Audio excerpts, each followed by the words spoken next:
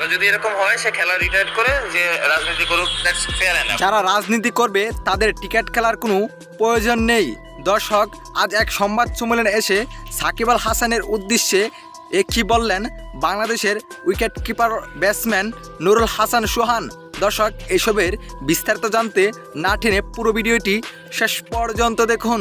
দর্শক, আজ 11ই আগস্ট এক সংবাদ সম্মেলনে এসে নুরুল হাসান সোহান বলেন, যারা রাজনীতি নিয়ে থাকে তাদের টিকিট খেলার কোনো প্রয়োজন নেই। তিনি আরও বলেন, বাংলাদেশের গৌরলীকেও জার্সি নিয়ে দুর্নীতি করা হয়, এমনকি অযোগ্য লোকদের দলে ঢুকানো হয় এবং যোগ্যতাদের দলের বাহিরে রাখা হয়। যেখানে তিনি প্রথমে উদ্দেশ্য করেছিলেন সাকিব আল হাসানকে, যেখানে তিনি প্রথম উদ্দেশ্য বলেছিলেন যে যারা রাজনীতি নিয়ে থাকেন তারা টিকিট খেলার কোনো প্রয়োজন নেই।